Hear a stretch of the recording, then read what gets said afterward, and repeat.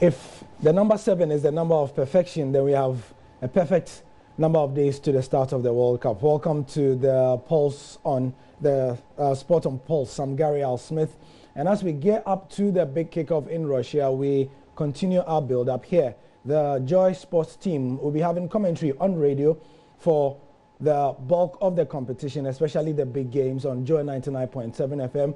For account commentary, you can tune into sister stations Asempa FM and Adom FM. If you're in Kumasi, also on Ishira FM. The English commentary in Kumasi will be on Love 99.5 FM as well.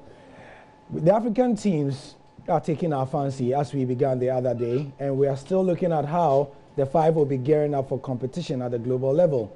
In studio with me is Eko Asma, who is a sports journalist. Eko, thank you very much for your time. Thank you very much. Yes, and also we'll be looking at the makeup of the sides as well. The last time I was here at this time, we were looking at, if you recall, the team profiles, and we were telling you about generally the makeup of the teams in terms of their preparation and how they got there. This time, we look at the teams themselves. So who do we begin with? The general overview of the African sides has been that we go there, we don't do too well, our ambitions are too low. Do you agree with that? Ambitions have not been too low. I mean, you would say it for a first timer. So, wow, we're going starry-eyed. Oh, that's Ronaldo. Oh, that's Messi. But, I mean, these players have been playing with them day in, day out, week in, week out. So that's not the case now. These are experienced players. But it's just that we've now been as organized, especially in defense. You know, especially Senegal is a typical example, abandoning their rules when they take the lead. It's a very exciting sight, but as soon as they take the lead, you know, it's like a deer in the headlights. Oh, wow, that's us. You know, so we've not been as disciplined. But to say that we have limited aspirations, I disagree. It's just that I don't think the teams we presented this time are strong. You know, Tunisia is the highest ranked, 14th in the world. Even their preparations so far are not very convincing, but I mean, most people are trying to save their legs for the real deal. It's not very comforting, but they present the surest chance if we want to really pin our hopes on to advance the cause of Africa at the global stage. They seem to be the side that may be able to break through, but I don't have much to put my hat on in terms of expectations. The 5 African teams, right? Nah, there's not much to dwell on in terms of promise. This is not the side that Ghana paraded going into 2014. It was such a dynamic side that I remember Kwesi Appiah saying that Ghana would shock the world. Of course, Ghana did shock the world, but not in the way we were expecting. Sure. So Senegal is very exciting. It's a very exciting side. They've had issues with discipline, but if they could overcome the issues, you know, then we will all remember them that the last time they were there, they breached the quarterfinal stage. Very exciting, opening several doors for Africa. So if they could overcome that discipline issue, then they will be the other side I'm looking at. They should be the other side we are looking at. So, Nigeria, how do they look going into the competition? They've named their 23-man squad, as the rest of the teams have as well. Let's take a look at Nigeria. The goalkeepers, Ikechukwu Ezenwa, plays in Enyimba, Daniel Akpeyi, and Francis Uzoho. This is one of the most problematic areas for the team. They don't have a number 1 that is stand out the best. It's not like you can mention Argentina, oh, we know Messi. He's going to pull the magic. Yeah. You know, they don't have standouts. It's a team of promise, and you know, some of them have defense, been I'm not cutting you. There's Leon Balogun, there's Shehu Abdullah, right back, Kenneth Omeru, another right back, who can play at the left, Brian Idowu, and Chu Awazem, and Elderson Echiejile, who has been a bit of, not a veteran, but he's played in, this is his 3rd major competition for the Super Eagles. Tyrone Ebuehi, also very, very good, came on in their last game, and he did well at right back. So, William Tuesday Krong as well, also a promising player, but some of them Nigerians not too confident in as well. No, they couldn't even beat Atletico at home. I mean, in a recent friendly, and just lost to England. England is not a powerhouse in football now. It's not. I thought they were going to make the announcement that, hey, watch out for Nigeria with that encounter. But well. In midfield, we'll go through them a bit deeply. in a bit. Mikel Obi is there. Ogenyi Onazi, who was starring in the 2013 African Cup of Nations victory. John Ogu, Wilfred Ndidi, one of the best players in the Nigerian team in terms of form. Ogenare Tebo, also a very, very promising player who plays for CD Firenze. And Joel Obi, who plays for Torino. The question mark is on him. People say he's in the team because of connections with the national team. And when he came on, he was playing for Inter Milan. Very, very good player. But since then, his performances have not been that good. Not inspiring. And they have an opportunity to carry the torch for West Africa. You know, because, like we said, Senegal, too. And then last time Ghana, but for your friend Luis Suarez, we could have reached semi-final. Who knows? We could actually have been the prized, you know, winners of that competition. Anyway, so really, a lot rests on their shoulders. I don't think they present the kind of force to be able to knock the doors down and attack the aristocracy of football. You know, the European powers and the South American powers. They don't really present such a force to inspire any confidence in us. But I'm pleased for them that they have a young squad with that. The first two matches especially, in the initial group stages, don't look good. And I don't have much faith in that squad, really. In the qualifiers, though, I had a lot of faith in them. But subsequently, especially approaching the showpiece, the kind of friendly matches they're playing and the outcomes, it's not very inspiring. Nigeria have not won a lot of games in terms of the friendlies. Egypt, too, since they qualified for the World Cup, they've not won even one game. So there's cause to worry. Let's look at the Nigerian forwards. Odion Igalo, who used to be in the Premier League, has now moved to the Far East. Ahmed Musa and Kelechi Iheanacho, both of Leicester City. The former not getting playing time at all, and Iheanacho getting a bit of playing time, but obviously a key player for the Super Eagles. Alex Iwobi can be named as one of the 3 poster boys for this Nigerian national team. You see him on all the promotional material, and he plays for Arsenal Football Club. Simeone Nwankwo plays for FC Crotone in Italy. He's been key as they have played there as well. Victor Moses, everybody knows Victor Moses. Yes. At least if anything, he's been the leading light. Him versus him and Iheanacho. Maybe he will be as well. Yes, and he will be. Yes, very refreshing. So the 3 of them can, if they don't have disciplinary issues, you know, with African size and money at the World Cup. But Nigeria, very important. Most importantly, they sorted all the issues out. They paid all the bonuses. Yes. Everything has been paid. They're learning from it. They went to see the president and sorted out. And Mikel Obi, was it Mikel Obi? Yeah, Mikel Obi said this is the first time since he came to the national team that they've gone to the major tournament and they've sorted out everything. They don't want to mess up based on of the. But a sarcastic comment on social media is that, they may have paid the bonuses, but let them finish the tournament before we start celebrating, because anything can come up. Yeah, per diem. Yes. You know, African sides, you know, it's always the leadership that you know fails us. So if the leadership, the delegation, and all that, if they put the welfare of the athletes first, then it will really help their cause. Because you don't want to not do too well over there because of the field issues, especially because of leadership own self-interest. You know, they tend to look down. I don't know, when it gets to the tournaments, suddenly, not just football, suddenly when you go to international meets, the athlete becomes athlete's interest get put on the back burner, and the officials rather take center stage, and it's really like the cart before the horse. We should put the athletes front and center, and then we'll help the cause of Africa, especially now that, you know, for instance, Ghana is now there. You know, Ghana is a big deal in world football, especially at the World Cup. Now everybody's looking at who's going to be that lead the charge for African cause. You know, there's not Ghana. It's not as exciting. Senegal presents some kind of promise, but really, Tunisia has not been there for a long while. Senegal was absent, and Ghana was the most consistent, 3 straight. You know, so we'll see. Right? It's not very promising. Morocco is like right under the radar, not very inspiring, but you know, it's an unknown quantity since they've not been there for a while too. So it's not very promising, really. Downright, that's what I got to say. It's not very promising. If anything, the highest ranked team in world football in Africa is Tunisia, and I'm going to look at that and Senegal. It's not really very promising. So let's look at Egypt.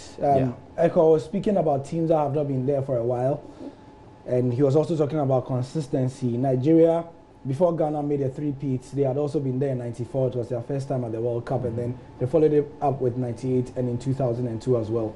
2006 they were in there. 2010 they were there, and then we know what happened in 2014. They were able to go to the second round and they were beaten by France. Egypt, they have not been there since 1990. And Sheriff Ekrami for Al Ahly. There are two goalkeepers from Al Ahly, the other being Mohamed El Shenawi. We see his name there. And Essam El Hadari, he's 45 years. If he plays, he'll become the oldest player in the history of the World Cup to play as well. The interesting thing about Ekrami and El Shenawi is that Ekrami's father is also a legend of Al Ahly. And just before he renewed his contract, he told the team that even if they gave him the contract on a blank sheet of paper, he's good to sign because he's loyal to the team as well. So it's not often that you have two goalkeepers from the same club in the national team, because what it means is that what it means is that one of the goalkeepers obviously has been benched all season. So why do you put him in the national team? Insurance. No, but you know, for example, insurance. If you've got a player, if you've got players from maybe Hearts or Kosoko or any Ghana Premier League team, and you take two goalkeepers from that team into the national side, what does that But tell the other you? story is that the other goalkeepers from the other teams are not as good as even the bench warmer. Yeah. You know? That makes sense. Yes. Maybe the bench warmer is also very good, but because of probably consistency and or seniority on the part of the starter, that they cannot suddenly use the bench warmer, who may be rated above all the other goalkeepers in the country. So they are confident, and it just tells me that they think that the surest insurance is the bench warmer. Especially, you know, when you're doing training, and you know, some people that excel in training and all that, and then you put them in the game and they're like, wow, okay, what happened? You know, they develop cold feet before goal, keepers get jittery and all that. So I think it may also be even if the bench warmer have not seen a lot of time because of the club competition with the starter, maybe because of experience in previous competitions. But it's rare, I have to admit, it's rare to see two goalkeepers from the same club, you know, starting for the national team. In terms of the defenders, and I'll be giving you a stat right now just to, for most of you out there, you may know Egypt as conquerors of Africa, and the thing they used to say for many, many years was that the Egyptian national team squad was made up of mostly players from Al Ahly and Zamalek. And in this case, it's not exactly different, but the big difference this time is that Egypt has a large foreign contingent. You see a couple of them there. In Ahmed Mohammadi, who plays for Aston Villa. He used to play previously in another team in the Premiership, and he's one of the foreign-based players. And then Ahmed Hegazi, who has played 6 months for West Bromwich Albion, and he will be there as well. Ali Gaber is playing for Zamalek. And Mahmoud Hamdi also plays for Zamalek. Omar Gaber plays for an MLS side, and so another foreign-based player, which is very rare for Egypt. You didn't used to see a lot of foreign-based players in their national team, but things have changed. Yeah. But they don't hold much promise. I mean, this is a one-man's team, and that man is really limping now. Yeah. Really. Well, he has to shoulder the team, and his shoulder is broken. I mean, literally. Nice one. Yeah. Egypt had the best opportunity prior to the injury of Salah. Had the best opportunity because besides Uruguay, they had soft pop, like really popcorn opposition. Saudi Arabia. Can you imagine? Yeah. Saudi Arabia. Even at the third string Ghana side, I'm sure can beat them. You know, besides Uruguay, that's the toughest. And Uruguay's match is the first match. Yeah. The first match is Uruguay. So they can get out Salah. Of the way. Yeah. Minus Salah. But that's when you need him. Yeah. Because even with the other two, you don't need Salah. Especially against Saudi Arabia, which is the last match. You know, so it's unfortunate. I don't see them progressing beyond the group. By the time Salah gets ready, they would have played Uruguay already and probably lost. Minus Salah against Russia, it's the host nation. Remember, so I don't see much hope for them. By the time Salah gets ready, they'll be getting ready to get back home. We'll see. In Egypt, they are calling the squad a very, very defensive setup, and they are not too happy about it. But even they concede that their coach Hector Cooper and his pragmatic approach have gotten them that far. So for that, they are not complaining. Yeah, but you know how they qualify. They were winning most of their matches via penalties. Yeah.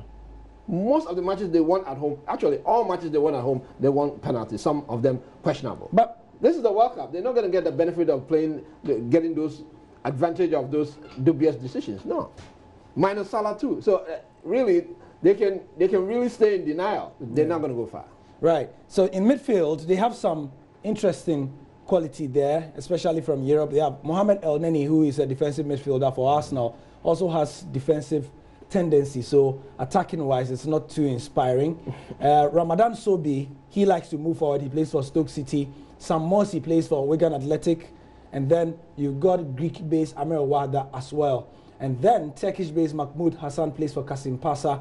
Easily one of the best players in the Turkish league this season, and he's going for Egypt as well. Mahmoud Karaba, his nickname is Electricity, and very interesting. And then we're going to see another guy whose nickname is Trezeguet as well. So they call this guy Electricity because of the way he's very, very fast, and that's why they call him Electricity. So this is the midfield of the Egyptian national team. We look at the striking options now to finish off with them. So El Neni, Abdullah El Said, yes, I forgot to talk about him. He plays for Ali Jeddah in Saudi Arabia as well. Forwards, they have Marwan Mohsen and Mohamed Salah. One, a very known quantity, no need to talk about Marwan Mohsen of Al Ali as well. So this is Egypt. Let's move on to the team that Echo feels will have the best bets because of their ranking in terms of world football at the moment, and in terms of Africa, they have the top rank of all the 5 teams going to the World Cup. Talking about Tunisia. This is how they line up as well. The Carthage Eagles, they call them. Ayman Mathlouthi, he's their #1 goalkeeper, and very interestingly, now this guy has been their #1 for the last 8 to 10 years. Even though he is known to be very, very, very, and I mean very, very, very error-prone, they still insist on going with him. And they go with him because, #1, he's the undisputed leader of the team. And really, the other 2 goalkeepers are not very consistent. So even though he's very bad, he's the worst of the options they have. So he's the leader on the field. Yes, and you need somebody to organize. Yeah. Without which the team could fall apart. So that concern overrides his errors and all that. But they need a leader on the field, definitely. Because I'll give you instances when you have young goalkeepers that may be not as experienced, and they're handling defenders that have played for a long time. The keepers are not able to give them instructions.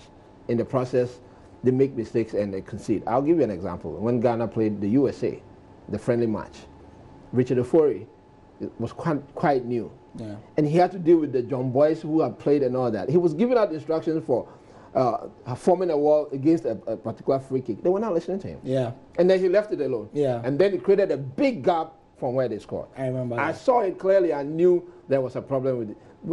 You have to be able to buy into the leadership. If the senior players don't accept your leadership, that could be a problem. And in no goalkeeping, you don't joke. Yeah. Of course, Karius reminds us of how important that position is. Sure. Defenders-wise, this is what Tunisia have. They have Hamdi Naguez of Zamalek. Zamalek are league champions of Egypt. That is why you see a lot of their players making it into their various national teams. That's why Egypt also have quite a few of them. And then they've got Dylan Bronin, who from Ghent in Belgium. Now, you see the name, it doesn't sound too Tunisian. Now, this Tunisia team is made up of a lot of players who were born in Europe, they and Morocco, because, you know, they have large communities who were born there. They've naturalized a lot of the players, and none encapsulates that Johan Benanouani. You see his name 1, 2, 3, 4. The 4th name there, he plays for Leicester City. Now, the story of this guy is very interesting. If it were Ghana, there would have been a lot of people who would not have wanted him to play in the World Cup because they wanted him for the last 5 years. He swore that he would not play for Tunisia because he wanted to play for where he grew up as well. Immediately they qualified for the World Cup, he says, I'm available. And they took. We know somebody like that. Yeah, we know somebody like that. We know a Ghanaian like that. Yeah. He's playing well now. But you know, as a lot of Tunisians will tell you, the boy is quality, so how for do? See, well, it's how for do. Yeah. Somebody was even released from jail to come help Italy. Yeah. You know, we all know. Scilacci. Yeah, Yes. no, not Scilacci. Paolo Rossi. And he came to score. Exactly, he won them the world title from jail. From jail. You know, so sometimes you have to make compromises here and there and look at the bigger picture. And what's his name? And for speaking about players that have just come out from jail, it's not exactly the same situation, but Peru have Guerrero, who was given a doping ban. They fought all the way to the Court of Arbitration for Sport, and it went all the way to the Superior Court, that is the Swiss Supreme Court, to rule that FIFA should allow the young man to play for Peru, and now he will play for Peru, even though he has been doping. Yeah. He's been doping, and we know he's got a doping ban as well. Things countries will do to get their star players to play in the World Cup. So that's for Tunisia's defense and their peculiar stories. Let's look at their midfield. Elias Sekiri plays for Montpellier in France. Mohamed Amin Ben Amour, one of the standout star players for Tunisia. Mohamed Amin Ben Amour, he plays for Al Ali, not Al Ali of Egypt, but Kingdom of Saudi Arabia. Galin Chalali plays for Esperance in Tunis, who have done well in this league season. Fejani Sassi is also their star player, one of their star players as well. He used to be playing in Europe, but then moved for big money to Saudi Arabia. The North African players, they have no chill when it comes to that. They'll take their money and move immediately. Ahmed Khalil plays for Club Africain, and Safieddine El Kaloui plays for Troyes in France. The player they are really missing is Youssef Nsakni, star player who got injured as well, and about 2 months ago, a knee injury, so he's been ruled out. So that's Tunisia's midfield. Let's look at their forwards. Tunisia did not make it to the 2014 World Cup. They were in the 2006 one though, when Ghana went for the first time. Fakhreddine Ben Youssef is playing for Al Ittifaq in Saudi Arabia, so they do have a couple of Saudi-based players. Anis Badri plays for Esperance back home in Tunisia. Bassem Safri plays for Nice in France. Wakbi Kazri, another one of their star players, he wears the number 10 shirt, plays for Reims in France. He used to play for English Premier League side Sunderland, and he didn't do well in England, but he went to France and immediately hit star form. Another star player that they'll be looking out for is Naim Sliti, lightning quick, very young, and there are lots of hopes on him. He plays for Dijon in France. And Saber Khalifa plays for Club Africain in Tunisia as well. So that is the squad for the Carthage Eagles. They are coached by a local man called Ali Malul. He trusts in the local players a lot, and that's why you see a lot of the local representation in their national team. He really trusts. He's one of those guys who believes that if the guy is good enough to play in the Tunisian Premier League, then I have no fear. Ironically, in Ghana, we have a local coach that doesn't believe in local players. You know, dating back from even when we went to the last World Cup. Sure. It was just a goalkeeper. So it's ironic that we say, oh, let's... Do you think that confidence put in the local players can help them go far? I remember reading Chris Appiah saying that the local players, some of them are good, but they lack confidence. Where are they going to get the confidence from? You're not giving them the opportunity. Yeah, sure. You're calling players from Qatar. That Qatari league is lower than the Ghana league, Premier League, with all its imperfections. So why are you calling somebody from Qatar? Last time calling players from the retirement league from the US, MLS. It's a retirement league, we all know. Saudi Arabia is a retirement league. China, retirement league. Those players... But Nigeria has key players coming from China. It's their own business. We'll see how far they'll go. We're talking about... But those players played well in the qualifiers, even though they're in China. Qualifiers? Yes. We're now going to the qualifiers. This is the big boys. We'll see if they will be able to impact. You see, look at the quality. One of Argentina's key players is playing in China. One. Yeah. And how many in Nigeria? Okay. So you see, there's a special player playing there, fine. Of course, even Brazil, they had a player playing in China. Yeah. But where is he now? Sure. After one season. So if you have a preponderance of players playing in lower tier leagues and you bring them into your national team, you're not going to do well. Period. We should encourage our local players too. You think we don't have at least 2-3 players that could have been taken along on this friendly match tour and we're playing today anyway? Yeah. You know, we should encourage the local players too. We're encouraging our local coach, not necessarily the best available at the time we picked him, but it was because of sentiment. He's indigenous, let's pick him. He may be industrious too, but is he going to be illustrious? You know, we have to give the local player a chance too. Sure. Definitely. So it's refreshing that they're doing that this way. We should learn from them. Yeah, Tunisia and Egypt. Egypt have 13. And if you know like I said, the history of the Egyptian team that goes to major competitions, for them to have 13 foreign-based players is a very, very big deal. Then the rest are locally based players. You have 6 from Al Ali and 3 from Zamalek as well. Senegal always have the bulk of their players playing in the foreign leagues. Let's look at how they line up, starting with their goalkeeping. One of the things you notice also about Senegal is that for the first time in a long time, they have a very strong defense made up of some world-class talent. The Senegalese are known as the Teranga Lions. And in qualification, they were not inspiring at all, even though they qualified top of their group. The kind of opposition they beat and the way they beat them, not very good. One of the teams that has gotten an infusion of cash in Senegal is Horoya FC, and their top goalkeeper is the #1 of the Senegalese national team. The coach has believed in his qualities. His name is Kadim Ndiaye, and he is the #1 ahead of 2 foreign-based goalkeepers, so that should say a lot about his qualities. The other 2 are Abdoulaye Diallo of Rennes and Alfred Gomis, who plays for Torino as well. He's a teammate of Efriye Akos. In defense, if we can have the defenders, Kara Imboji of Anderlecht, who had a very bad spell with Chelsea when Jose Mourinho brought him there. He didn't do anything at Chelsea. Kalidou Koulibaly, he's playing well now in Anderlecht.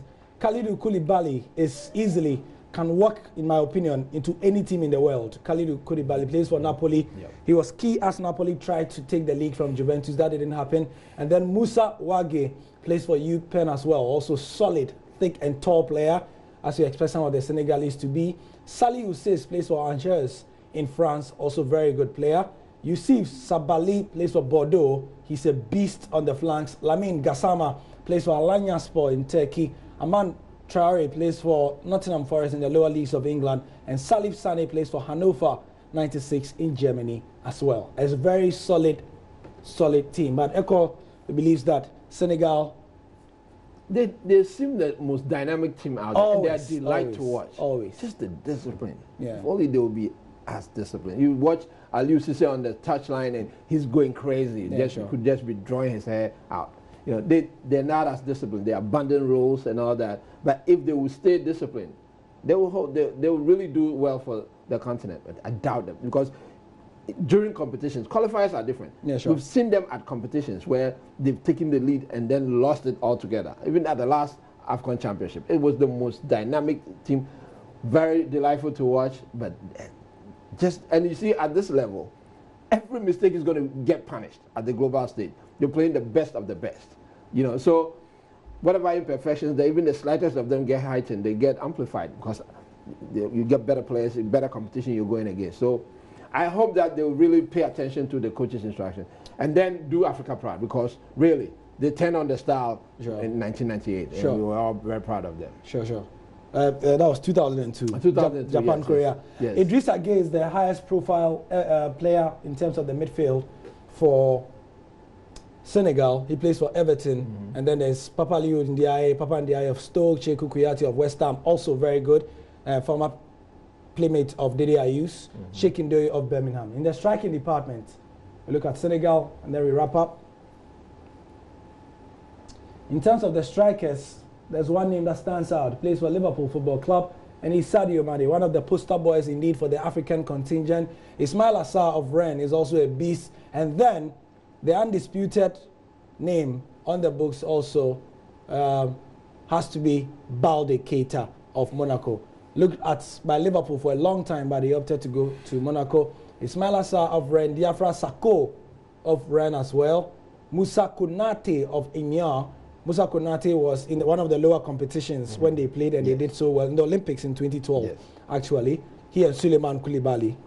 Yeah. And Mami Biram Diop of Stoke City and Mbaye Niang of AC Milan completes the forwards for Senegal. Let's go quickly to Morocco, who are going to the World Cup. And guess who their assistant coach is? 1998 African Footballer of the Year, Mustafa Haji. So just like Ghana, just like a lot of the African teams, Senegal, who are going back to, their former players, their star former players, they are doing that as well. What do you think the former players bring to some of these teams? Well, they know the psyche of the players. Sure. And they know how to relate to the players. They know the concerns of the players. I think it helps that they have an assistant who's being groomed to take over. Like Prisapia was groomed to take over. And the players can relate easily to the assistant coach who was a former player. So it helps. And then their current coach has also had to undergo a lot of mentorship and all that through Ghana and all that. So it helps that you have a former, and then not just a former player, a great as that. Sure. It helps. And then it inputs great chemistry between the technical side and the playing body, because they know they got one of their own there. It does help a lot. So, Mehdi Benatia of Juventus and Achraf Hakimi of Real Madrid are the two standout defenders that Morocco have as well. Manuel da Costa was born in Portugal, and he plays for Basaksehir here as well. Morocco also have a large contingent. In fact, over 85%, 90%, I think it was the last time I checked, were born outside Morocco, but have naturalized for them. Mehdi Benatia, they call him Captain Morocco, and he's the head of the defense as well. Let's go on and see the rest of the midfielders that Morocco will be parading in Russia. Mbarak Boussoufa is the star man, plays for Al Jazeera in the Gulf. Karim El Amadi plays for Feyenoord. Youssef Aid Benasser plays for Caen in France. Soufiane Amrabat, his brother is the legendary Tunisian Noureddin Amrabat as well. He plays for Feyenoord. Yunus Belhanda plays for Galatasaray and one of the key names. Faisal Fajo plays for Getafe in Spain. Amir Harit plays for Schalke 04 as well. For the strikers, Khalid Boutaï plays for Malatyaspor. Aziz Bouhadouz plays for St. Pauli in Germany. Ayub El-Kabi plays for Renaissance Berkane. Noureddin Amrabat, there he is, brother of Sofiane Leganes. Mehdi Karsela plays for Standard Liège. Hakim Ziyech, look out for him, number 7, the most exciting player in this Moroccan team, plays for Ajax. And a lot of people say after this World Cup he will move to one of the top leagues. And Yusuf El Nesri plays for Malaga in Spain. So, Elko has given his very feels Tunisia will make it, but maybe there might be a surprise, wouldn't there? Yeah, and the team with the brightest spot, again, is Senegal. Yeah, again, it's Senegal. They have the physique, they have the firepower, they have everything. Yeah, sure. Except just the discipline. They just lose it at the most critical of moments. And if they can get that together, then they will even go farther than Tunisia. But Tunisia, they have not had that expertise at the grandest stage on the football stage. Yeah. But at least Senegal has been there and they demonstrated it. If they can put their acts together, especially when refereeing decisions go against them, if they don't lose their minds. Yeah, sure. That's it. That's the key thing, especially with the African teams. They must be calm in the face of pressure. Yeah. And as we have 7 days to go, Morocco, Senegal, Tunisia, Nigeria, we are looking forward to them doing well at the FIFA World Cup. That's been our preview for today, 30 minutes long. We'll be back later with our subsequent bulletins. Can I give a shout out quickly? Yeah, sure. To Anas Arimeyal Anas. We should have a statue of him at the GIJ. As one of our most illustrious. You see that small runabout? Yeah. We should have a huge statue of Anas there. Yeah. Great job. Great job indeed. One of the most auspicious alumni of the School of Journalism. Oh, yes. Anas, big ups in all that you are doing for the country. I'm Gary Al Smith, and that's the sport for now. Let's continue the World Cup conversation online and offline.